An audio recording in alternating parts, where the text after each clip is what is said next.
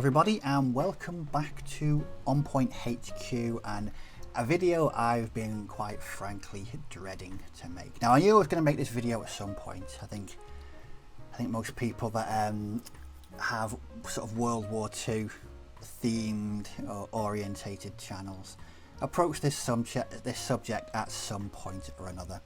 We're talking camouflage, specifically Waffen SS camouflage. Now, if you've seen any of my previous videos where I've talked about painting World War II uniforms, I don't like painting camouflage because I'm not very good at it. I don't know what it is, it just seems to be my just a weakness, I guess. I've never really painted too much, but I thought I'm gonna have a go. I mean, I've actually got an SS section in my late war Germans, and while I like them, they're quite muted. You can't really see the camouflage. I think it was just a cheater's job that I got away with. They vaguely look like they're wearing camouflage smocks.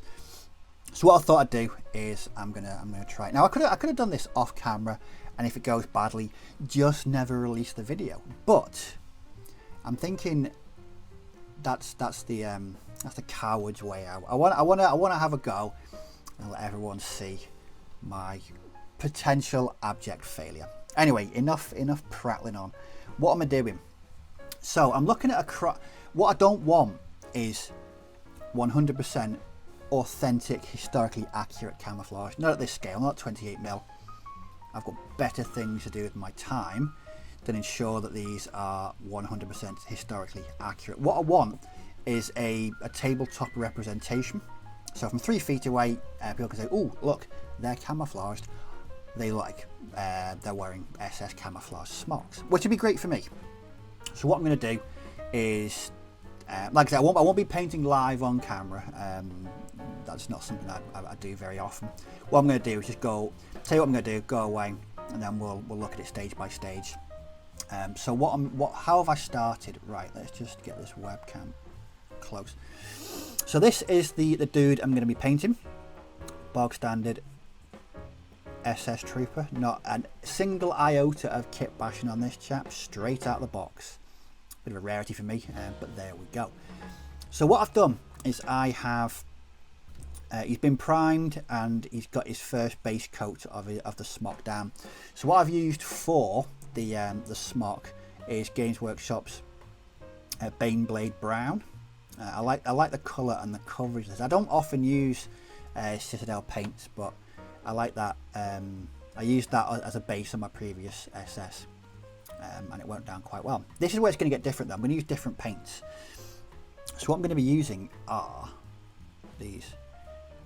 So we've got Vallejo German uniform and Vallejo olive green. Now the plan is to make this as quick as possible. So all I'm going to do is go away and apply random splodges of the German uniform onto the smock, and then use the olive green over it. See if that works that way. And then after that I'm going to apply some washes. What I'm going to do now is go away, do the first part, come back and show you what I've done, and if it's terrible, it's terrible. I'm just going to keep doing the video. So I shall see you all in a little bit. Okay, so that is the first stage completed. So just a quick amendment to the earlier part of the video. I've actually made a slight change to the paints I'm using, but just the one. I was originally going to use this German uniform green. Now, I've for someone who paints so many Germans, I rarely use this, but it was too light. When I put it onto my palette, it was like, whoa, that's not going to work. So, and I apologise for the crappy state of this bottle. My paints aren't normally like this. I don't know what. I must have had a rough journey or something. Anyway, this is Luftwaffe green. As you can see, it works better. So what I've done, if you can see that, I've used the Luftwaffe green to paint a series of sort of irregular patterns over the tunic and also the helmet cover. And I've also put some random dots in there as well. These are actually applied using I actually blunted a cocktail stick and used that just so I had some better control and more of a defined sort of splodgy. I'm coming out with all the technical terms with this. Yeah, so sort of semi-irregular dots on there. But that is the first in doing my quick and easy SS camouflage. So what's next? Right, olive green is next, and again this is going to be added over the top of some of the more predominant areas of the Luftwaffe green, and then I'm going to go in again with the cocktail stick and add a few other dots of the olive green using that as well. Again, I'm sort of winging this. I've got no idea how this is going to turn out, but it's it's a learning experience, isn't it? Right, I'm going to go away and do that, and then I will come back presently and show you what that looks like. So I'll see you all soon. Hello and welcome back, and this is the third stage. Hope you can see that. So that is what the tunic looks like with the Vallejo olive green added. I don't know whether it's showing up as much. I don't know whether it's the light in here or the light green is just too light. I think you can see it better there. So am I happy at the moment? 50-50 I'm going to say. I think there's still a bit too much brown of the Baneblade brown showing through. So I might go in and add a few more green areas. What I'm then going to do is apply 2 washes, one of Agrax Earthshade and one of Athonian Camo Shade. Hopefully they'll work in tandem with each other, and will accentuate that camouflage. But at the moment, like I say, 50-50. I'm undecided at the moment. It's a bit of an experiment, isn't it? Right, I'm going to go away and put a couple of washes over this thing. Once it's dry, I'll come back and show you what it looks like. And I think that would probably be the end of the process, but I shall see you soon. And I'm calling this finished. So there is the finished piece. So what did I do? So I applied the 2 washes I said I was going to, which was Agrax Earthshade followed by Athonian Camo Shade. Now when they dried, they dulled the model to a point that I wasn't overly comfortable with. I thought that you can still see the camouflage, but from 3 feet away in the tabletop it wasn't going to stand out. So what did I do? Well, I went back in with the original Vallejo olive green and just reapplied it to the olive green parts where it had been dulled down somewhat by that wash.